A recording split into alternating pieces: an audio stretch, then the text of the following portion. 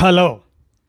కానమోకు కథావచనం మోహనవచనం పరిజ్ఞాన హితబాండం నిత్య చదువరి శ్రోతలకు ఆహ్వానం. నమస్కారం. చదవదగునెవరు రాసిన తదుపరి చదివిన వెంటనే మరువక పలువురికి వినిపింపబూనిన అది ఏ పరిజ్ఞాన హితబాండమవుపో మహిళ మోహనవచనమై విరాజిల్లు. పరిజ్ఞాన హితబాండం లక్ష్యం ప్రతివారీ సమాచార హక్కు. ఆ స్ఫూర్తితోనే ఇప్పుడు కానమోకు కథావచనం మోహనవచనం సమకాలీన కథా సందేశం శీర్షికన వాణిశ్రీ విరచిత కథ పేరు కామేశ్వరమ్మ కాశీయాత్ర అనే దాన్ని ఇప్పుడు మన కానమోకు కథావచనం శ్రోతలకు మీ కానమోకు స్వరంలో వినిపిస్తాను. కానమోకు కథావచనం మోహనవచనం సమకాలీన కథా సందేశం. ఇక కథలోకి ప్రవేశిద్దాం. కామేశ్వరమ్మ తన ముగ్గురు కొడుకులకు ఫోన్ చేసి వచ్చే ఆదివారం అర్జెంటుగా గుంటూరు రండి అని చెప్పింది. పెద్ద కొడుకు సుబ్బారావు ఫార్మసిస్టుగా ఏలూరు గవర్నమెంట్ హాస్పిటల్లో పనిచేస్తున్నాడు. రెండోవాడు శంకర్ చెన్నై ఎన్నూర్ అశోకా లేలాండ్లో మెకానికల్ ఇంజనీరు. మూడో కొడుకు నెల్లూరు దగ్గర కృష్ణపట్నం పోర్టులో ఉద్యోగంలో ఉన్నాడు. ఏంటమ్మా అర్జెంటు, ఆరోగ్యం బాగోలేదా అని అడిగితే ఫోన్లో చెప్పేది కాదులే, రండి చెప్తాను అంది. సంవత్సరం క్రితం ఆమె క్యాన్సర్ బారిన పడింది. కడుపు నొప్పితో బాధపడుతుంటే పక్క పోర్షన్లో అద్దెకుంటున్న అంగన్వాడీ టీచర్ సీత ఆమెను ఆసుపత్రికి తీసుకెళ్ళింది. టెస్టులు చేసి క్యాన్సర్ అని గుర్తించారు. సుబ్బారావు తల్లిని ఏలూరు తీసుకెళ్ళి ఎర్లీ స్టేజ్లో బయటపడిన క్యాన్సర్కి అక్కడి గవర్నమెంట్ హాస్పిటల్లో ఆపరేషన్ చేయించాడు. కామేశ్వరమ్మ మరి క్షేమంగా బతికి బయటపడింది. సుబ్బారావు తల్లిని తన దగ్గరే ఉండిపోమన్నాడు. కామేశ్వరమ్మ వింటేనా? ముగ్గురు కొడుకులున్నా ఆమె గుంటూరులో ఒంటరిగా ఉండటానికి అలవాటు పడింది. నగరంపాలెం 3 బొమ్మల సెంటర్ దగ్గర సొంత పెంకుటిల్లు ఉంది. ఒక పోర్షన్ సీతకి అద్దెకిచ్చి మరొక దానిలో తను ఉంటుంది. మీ ఇళ్లలో నాకేందో వస్తుందిరా, గుంటూరులో అంతా మన బంధువులు ఉన్నారు, మంచికి చెడుకి ఆసరాగా ఉంటారు. బంధువుల ఇళ్ళకి శుభకార్యాలకు అశుభకార్యాలకు వెళ్ళొస్తుంటేనే చుట్టరికాలు నిలబడేది అంటూ ఏవేవో కుంటి సాకులు చెప్తూ ఉంటుంది. తల్లి ఎందుకు రమ్మన్నదో, జబ్బు తిరగబెట్టిందేమో అని ఆందోళన పడుతూ ముగ్గురు కొడుకులు వచ్చారు. కామేశ్వరమ్మ తన మనస్సులోని కోరిక బయటపెట్టింది. మీకు సొంటి శేషమ్మ తెలుసుగా, అగ్రహారంలో మా ఇంటి పక్కనే ఉండేది. 1వ క్లాసు నుంచి నాతో పాటు చదువుకుంది. పిల్లలంతా ఎక్కడెక్కడో ఉన్నారు. ఇప్పుడు కాశీలో ఒక ఆశ్రమంలో చేరింది. చివరిదాకా అక్కడే గడుపుతుందట. కాశీలో కన్ను మూస్తే సరాసరి కైలాసానికి పోతారట కదా. అందుకు కామేశ్వరమ్మ చెప్పుకుపోతుంది. సరేనమ్మా, ఆ శేషమ్మ సంగతి ఇప్పుడు మాకెందుకు చెప్తున్నావు? మమ్మల్ని అర్జెంటుగా రమ్మన్నది ఎందుకు? పెద్ద కొడుకు సుబ్బారావు అసహనంతో అడిగాడు. అదేరా నేను చెప్పబోతున్నది. నాకు ఆరోగ్యం అంతంత మాత్రంగానే ఉంటున్నది. షుగర్ జబ్బు ఉంటే ఒంట్లో బెల్లం ముక్క ఉన్నట్లేను, చీమలు చేరినట్టు జబ్బులు చేరతాయని డాక్టర్ చెప్పాడు. గుండెపోటు వస్తే నిమిషాల్లోనే ప్రాణం పోతుంది. అందుకే నేను కాశీకి పోయి శేషమ్మ ఉంటున్న ఆశ్రమంలో చేరతాను. చివరి రోజుల్లో ఆ కాశీ విశ్వనాథుని సేవించుకుంటాను. అక్కడే చచ్చిపోయి సరాసరి కైలాసానికి పోతాను చెప్పింది కామేశ్వరమ్మ.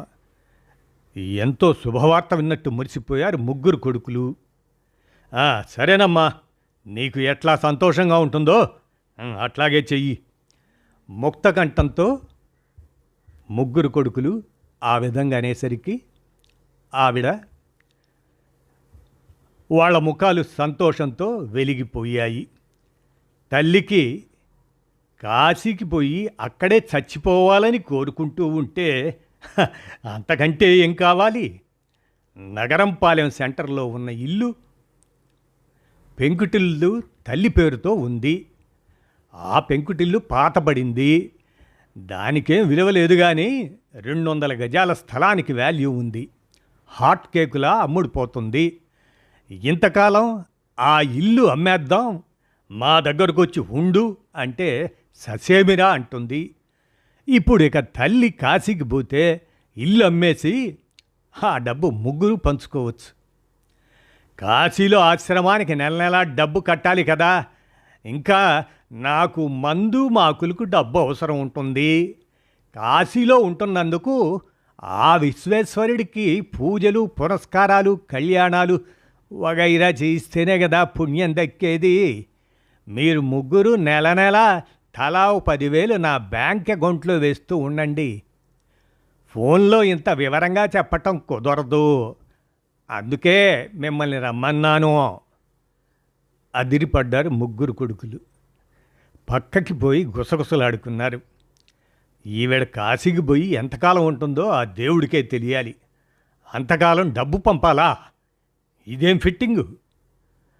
అమ్మా, నువ్వు ముసలమ్మవైపోయినా చింత దచ్చినా పులుపు చావనట్టు నీకు కోరికలు చావలేదు. కాశీయాత్రకు పోయి తిరిగి రావాలి, కానీ అక్కడ ఆశ్రమంలో చచ్చేదాకా ఉండటం ఏంటి? ఆ శేషమ్మ పిచ్చిదానిలా ఉంది. ఆమె ముసల్దే కదా, నీకేం తోడుగా ఉంటుంది. ఇక్కడైతే ఏం జరిగినా ఫోన్ చేస్తే గంటల్లో వచ్చి వాళ్తాం. అర్థం చేసుకో, కాశీ ఆశ్రమం ఆలోచనలు మానుకో అని తల్లి మీద దాడి చేశారు కొడుకులు. కామేశ్వరమ్మ కొడుకులు వారి మాటలు పట్టించుకోని దానిలా నిర్లక్ష్యంగా చూసింది. మీరెన్నైనా చెప్పండిరా, నేను కాశీకి పోయి ఆశ్రమంలో చేరాల్సిందే, అక్కడే చచ్చిపోయి కైలాసానికి పోవాల్సిందే. ఎవరెంత మొత్తుకున్నా తన అభిప్రాయం మారదు అని శషభిషలు లేకుండా కొండబద్దలు కొట్టేసింది కామేశ్వరమ్మ. కాశీలో చచ్చిపోతే కైలాసానికి పోతాడని నీకు చెప్పింది ఎవడే? ఆ నందంగాడేనా? వాడిని పట్టుకొని తన్నాలి. ఆవేశపడిపోయాడు పెద్ద కొడుకు సుబ్బారావు.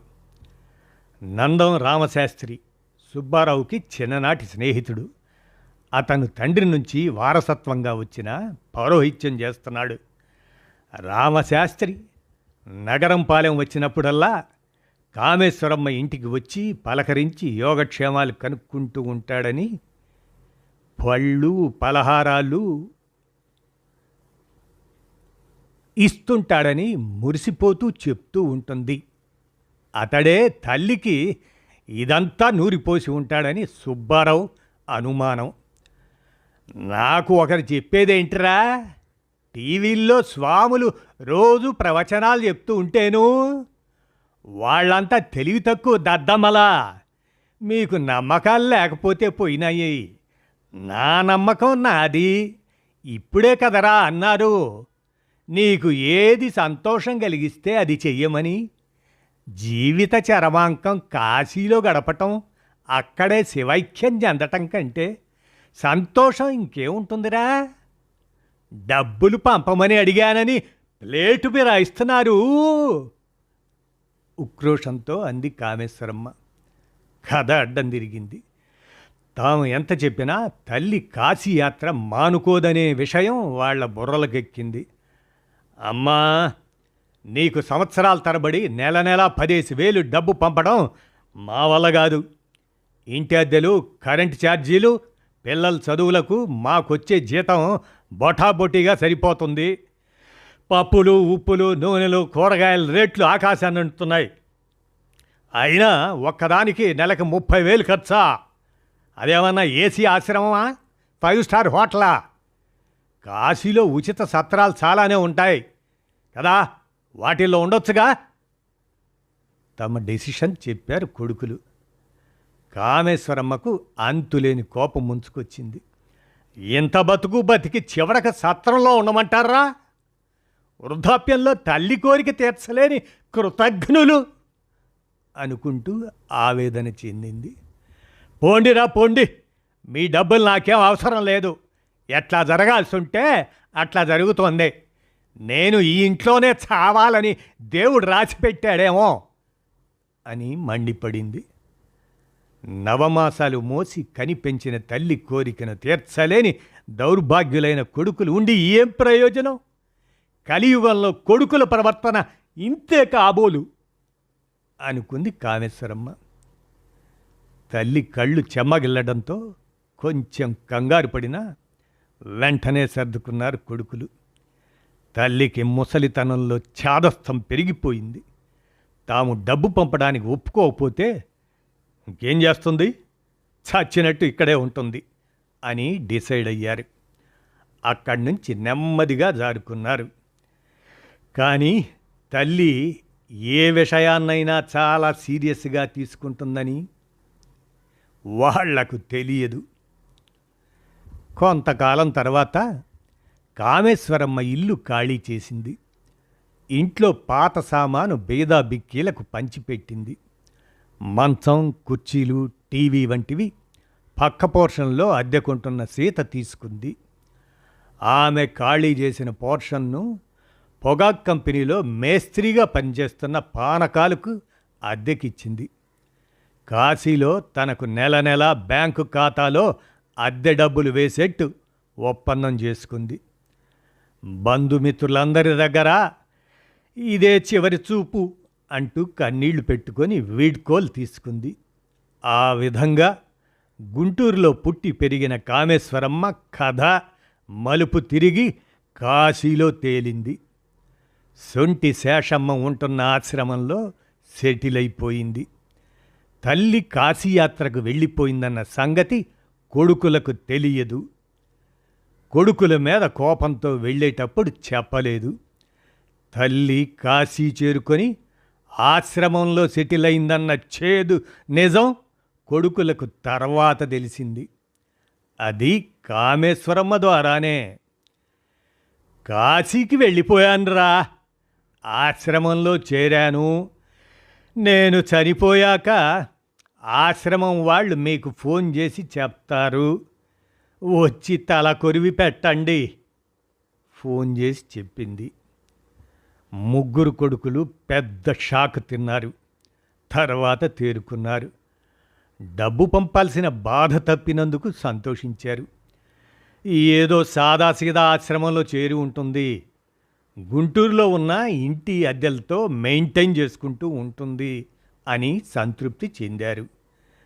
కానీ తర్వాత వాళ్ళకి సెకండ్ థాట్ వచ్చింది.